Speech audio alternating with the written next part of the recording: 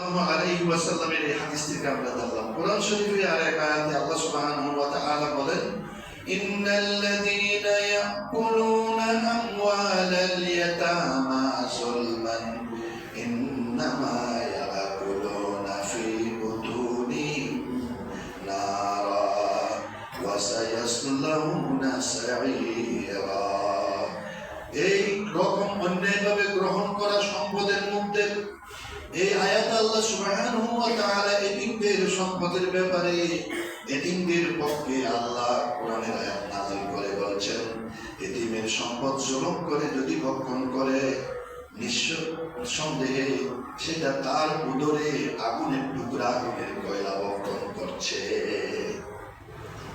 পেটের মধ্যে কয়লা আগুনের কয়লা প্রজ্বলিত আগুনের কয়লা ভক্ষণ করছে এবং সে অচিরেই জ্বলন্ত আগুনে ওয়াসায়াসলাউনা সাঈরা অচিরেই সে জ্বলন্ত আগুনে তাকে কি করা হবে? নিক্ষেপ করা হবে।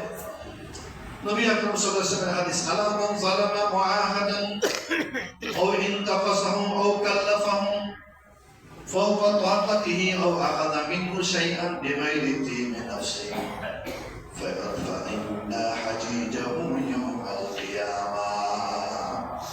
যদি কেউ কোনো অমুসলিম নাগরিক অথবা প্রবাসী কোনো মানুষকে যদি জুলুম করে, তাকে অপমান করে, তাকে অসম্মান করে, শেখদের বাইরে তার উপরে দায়িত্ব চাপিয়ে দেয়া হয়, ইচ্ছার বাইরে তার উপরে দায়িত্ব চাপিয়ে দেয়া হয় এবং তাকে জুলুম করা হয়, তাহলে কিয়ামতের দিন আমি রাসূল তার বিরুদ্ধে বাদী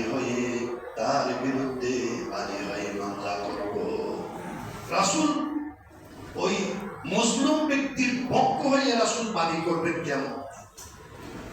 তাহলে আমি ব্যক্তিটা যদি হই আর আমার বিরুদ্ধে যদি রাসূল বাদী হয়ে কিয়ামতের ময়দানে মামলা করে, আল্লাহু আকবার, বাসা তো দূরের কথা, পৃথিবীতে এই রকম সম্পদ কি দরকার যেখানে রাসূল বাদী হয়ে মামলা করবেন আমার বিরুদ্ধে? এই জন্য খুবই সতর্ক। বিশেষভাবে লেনদেনের মাধ্যমে অন্যতম কিছু বিষয় আসে, যেটা হচ্ছে ওজনে কম দেওয়া, মাপে কম দেওয়া, ভেজাল দেওয়া, ধোঁকা দেওয়া, ফাঁকি দেওয়া।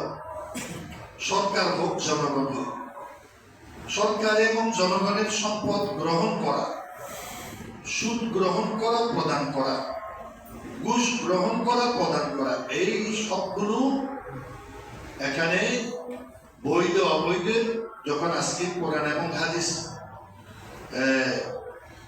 পর্যালোচনা করে হালাল হারামের বিষয় বলা হচ্ছে, এই বিষয়গুলো ওজনে মাপে কম দেওয়া বা ভেজাল দেওয়া, এটা নিষেধাজ্ঞার এত বেশি আয়াত কোরআন এবং হাদিসে আছে, এটা আপনারা অনেকেই যারা গবেষণা করেন তারা বুঝেন। এই জন্য আমাদের এই বিষয়গুলো উল্লেখ করা খুবই প্রয়োজন এবং এটা যদি কোরআন এবং হাদিস থেকে এই ওজনে কম দেওয়ার ব্যাপারে যদি বই লেখা হয় আলাদা করে, তাহলে এটা বড় বড় বলিয়াম হবে, এত উল্লেখ কোরআন এবং হাদিসে। আল্লাহ সুবহানাহু ওয়া তাআলা বলেন, ইরশাদ হচ্ছে সূরা মুতাফফিফিন, ওয়াইলুল লিল মুতাফফিফিনা আল্লাযীনা ইযা ইক্তালু আলান নাসি ইস্তাওফুন ওয়া ইযা কালুহুম আও ওয়াজানুহুম ইউখসিরুন।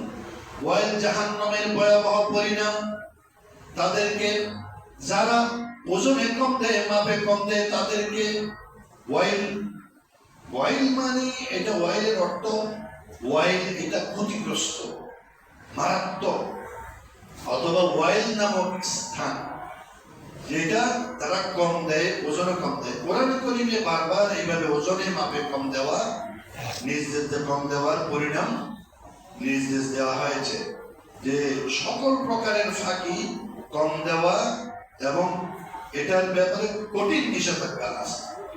এইরূপ যদি করে পৃথিবীতে কঠিন গজব আছে, আখিরাতে কঠিন শাস্তি আছে। মাল ধ্বংস হয়, জাহাজ ভরা মাল ধ্বংস হয়ে গেছে, জাহাজ ভরা ভর্তি মাল বাহিরের থেকে আনছে ব্যবসায়ী, ডুবে গেছে বঙ্গোপসাগরে, বিভিন্ন ক্ষতিগ্রস্ত হয়েছে। কেন হয়? আগুন ধরে পড়ে গিয়েছে। কেন হয়? যে এই মালের